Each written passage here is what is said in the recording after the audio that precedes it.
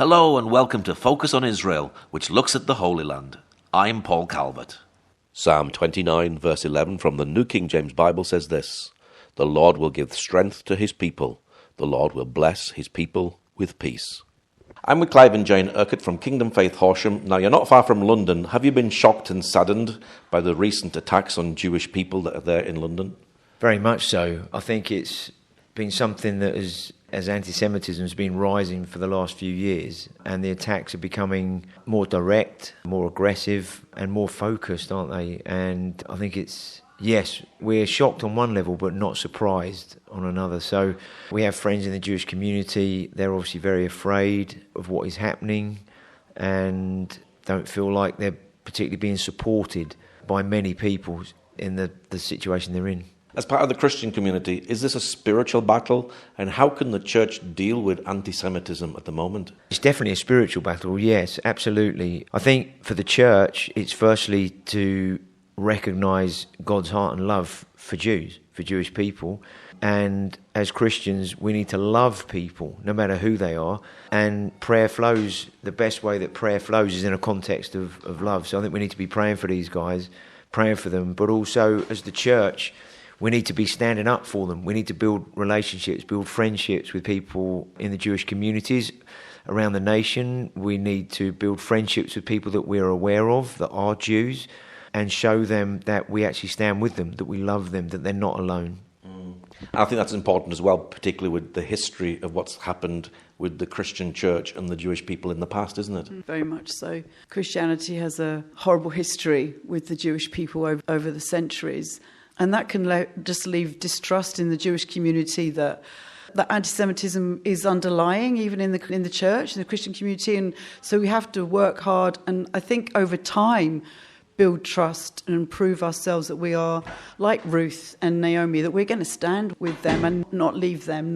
We're going to stay close and we're going to love them and be there for them and stand with them as much as we can. It's just so important to do that. Do you think that relationship is building at the moment? Are Jews actually seeing that the Christian community does love them? I would say maybe in small ways, small parts, places.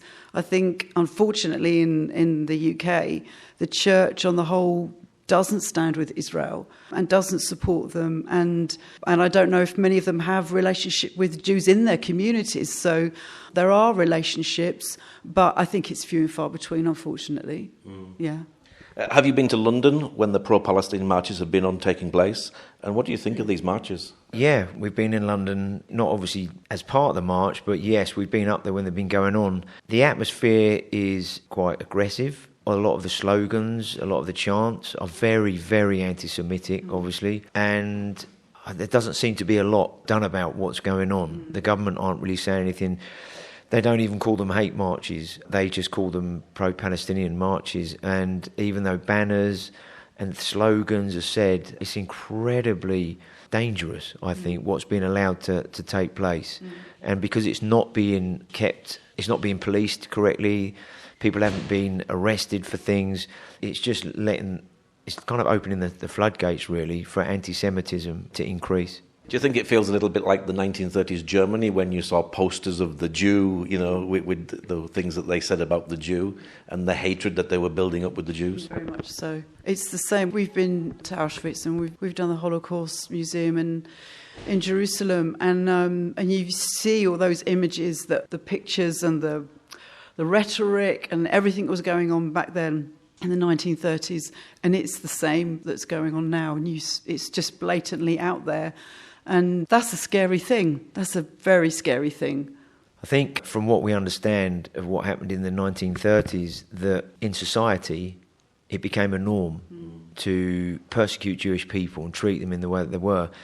And you can see in the UK, for not everyone, but you can see it's growing, that it's becoming normal. It's okay, it's fine to persecute Jewish people, give them a hard time, blame them for everything.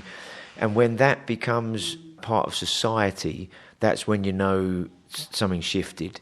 It's not just a small minority over somewhere that are giving them a hard time. It's now becoming, kind of standard in that sense for many. And that's a dangerous precedent in any nation when that happens. We've seen an Oxford University student chant, "Put the Zios in the ground" and "Death to the IDF."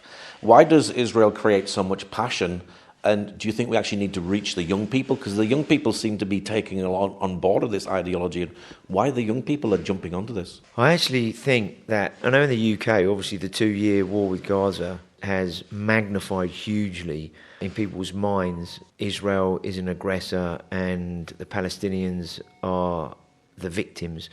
But most people don't understand the history. They don't understand what's gone on for decades and decades, even centuries, millennials, against millions against the Jewish people. So people jump into a snapshot moment, and in that snapshot moment they make all of their opinions are formed, and that aggressive kind of attitude towards Israel and the Jewish people then is seeping into a whole generation that have no backdrop, they have no history, they have no understanding.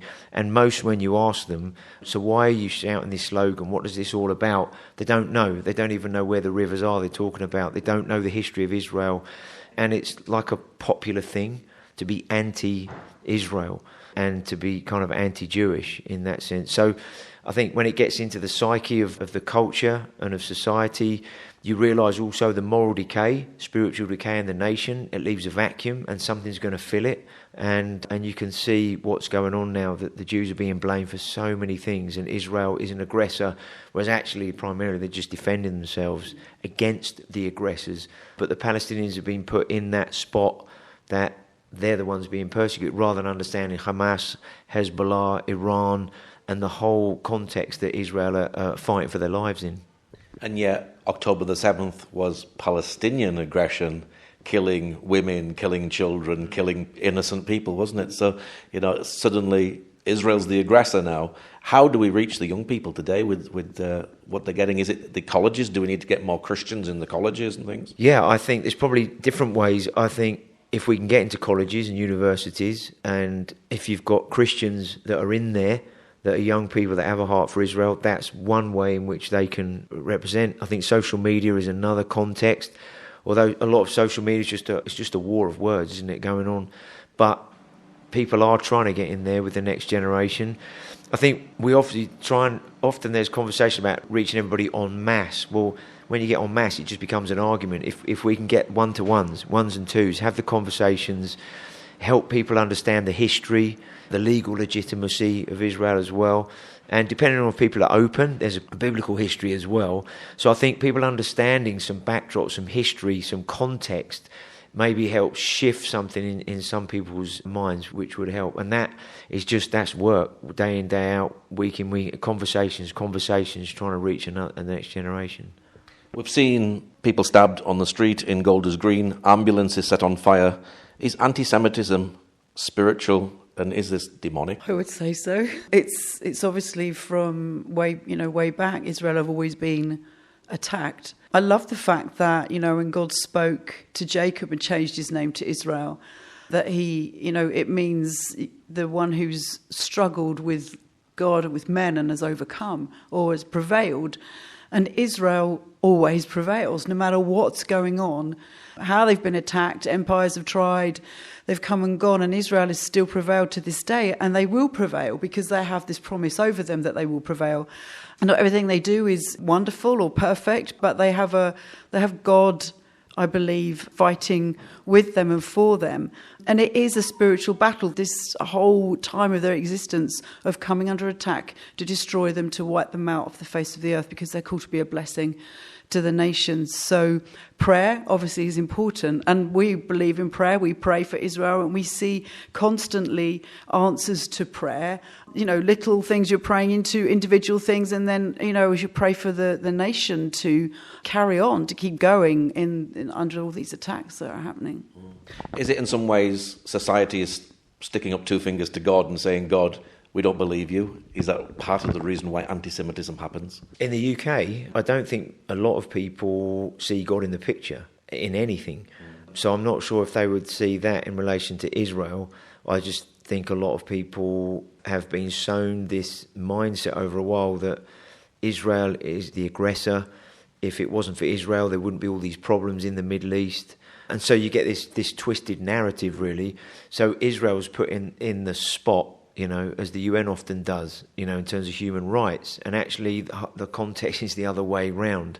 So I think there's a constant battle to have to change the narrative, change the story, to bring it back to the true story rather than a false narrative that's out there.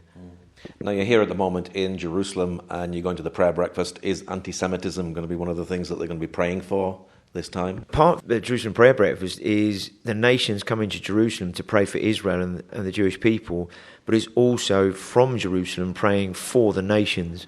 And I'm sure we're going to be praying at some point in regards to anti-Semitism against that, that's rising all over the world, because that is huge. And so, I think we're certainly going to be praying for the UK as part of that there's a shift, there's a change from Jerusalem to the UK, as well as us from the nations coming to Israel and praying here. You're part of Kingdom Faith in Horsham. How do you bless the Jewish people, and how can you encourage people around the world to focus their eyes on the Jewish people and help the Jewish people at this time? We often speak in our church and to our church about Israel biblically from Scripture. That's where it has to start from, and that's where we speak from, and teach and train and bring people and just God's heart for the Jewish people, God's plans for Israel. There is a future to come.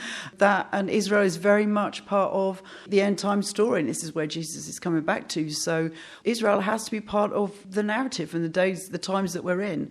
So we in our church, that's what we do. And encourage people to go. I think also building relationships with Jewish people. We know a few, and just to say that we stand with you, we are friends. If you need us to help in any way, then please let us know. So there's that kind of trying to build trust, and we encourage people in our church to, if you've got Jewish people around your life somewhere, then connect with them, build a friendship. And I think that is one way of just encouraging them and saying that you're not alone, we're with you. That must be working, because you were just recently invited to the Israeli embassy in London. What were you doing there? It was the 78th anniversary of Israel. It was an event happening in London we got invited to. And obviously most of the people, I don't know how many, 600, 700, 800 people there, most of them were from the Jewish community, but a few others like us who are Christians have a love and a heart for Israel and the Jewish people. And it was really to celebrate 78 years of the nation being reborn and what's happened since then. And it's phenomenal when you hear the way that Israel is leading the world in so many different areas and being a blessing to the world, to the nations in that sense. And so I think we got invited to that because we've got a good relationship with the embassy. We've run 2 Jerusalem prayer breakfasts in London. We've done other things to build bridges as well. So I think the embassy sees people like us and others as friends of Israel in that sense. Therefore, we'd love you to be part of this celebration with us.